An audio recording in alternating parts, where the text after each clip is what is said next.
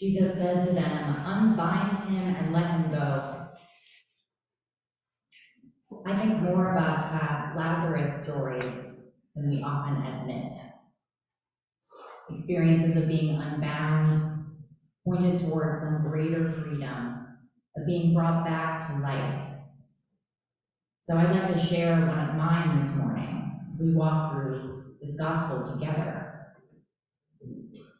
11 years ago, my first love, who was also my first serious relationship, ended our engagement and moved out of the home that we shared. And I was shattered. The life I had built in my 20s dissolved completely. There was the fact of the separation, which was heavy enough, but almost immediately after it ended, it began to dawn on me that I had become a shell of myself in this relationship, that there had been so much within it that had been so far from love. And I know this is a story that many of us have known. I was in a desperate need of freedom, but I didn't know where it was going to come from. What if one of God's most basic desires is for us to become free?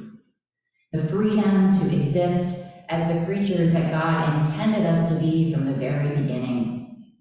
What if God longs for our liberation?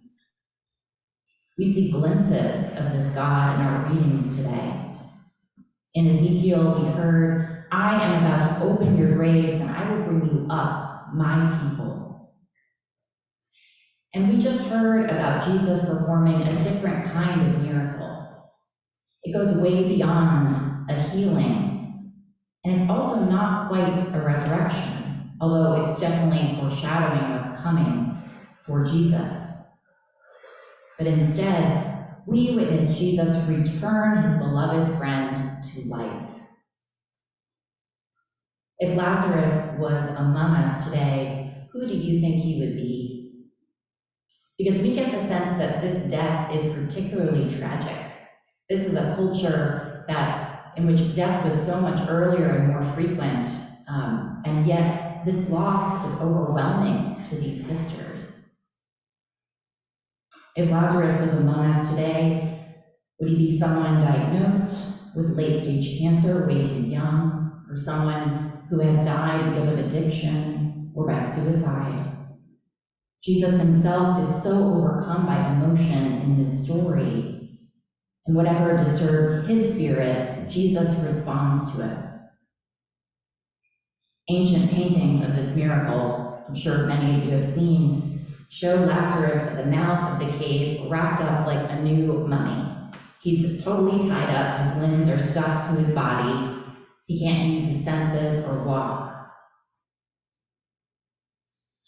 Unbind him and let him go. And Lazarus is returned to life in the village, in his relationships, and given another shot, freed. So how many times in our lives are we Lazarus?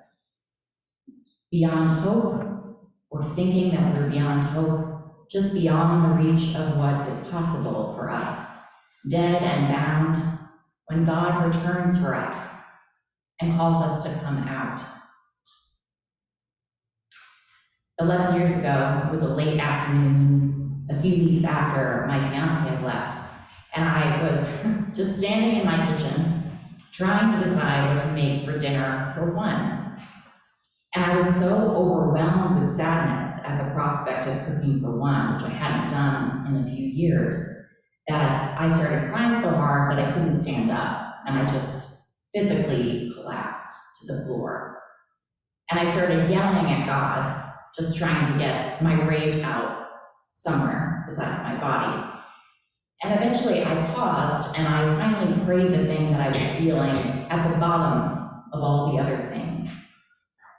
And I said, "God, I just miss having someone to take care of." And as soon as I said that, I was so embarrassed because I could not believe I was missing this person who had scarred me deeply and had taken so much life from me. But outside that relationship, I still felt empty and aimless and dead inside. locked away in my own shame about it. And that is when I heard, in a voice that was definitely not mine, "Well, Nicole, maybe it's time you learned how to take care of yourself." And in this moment and the years since, I've only been able to understand this as an experience of prayer, because it was such an uncomfortable thing for me to hear. It was not something I could have told myself at that age and in that moment. An uncomfortably directly answered prayer. And it was not my last day of grief, but it was a real turning point, because it was the moment when I acknowledged how bound I had been by that relationship. And also that the person I had been was dead and gone. God was beginning to liberate me from my own narrow idea of what was possible for my life. I recognized that God was guiding me and freeing me from my own past, returning me to my life. "Unbind her," Jesus said, "and let her go."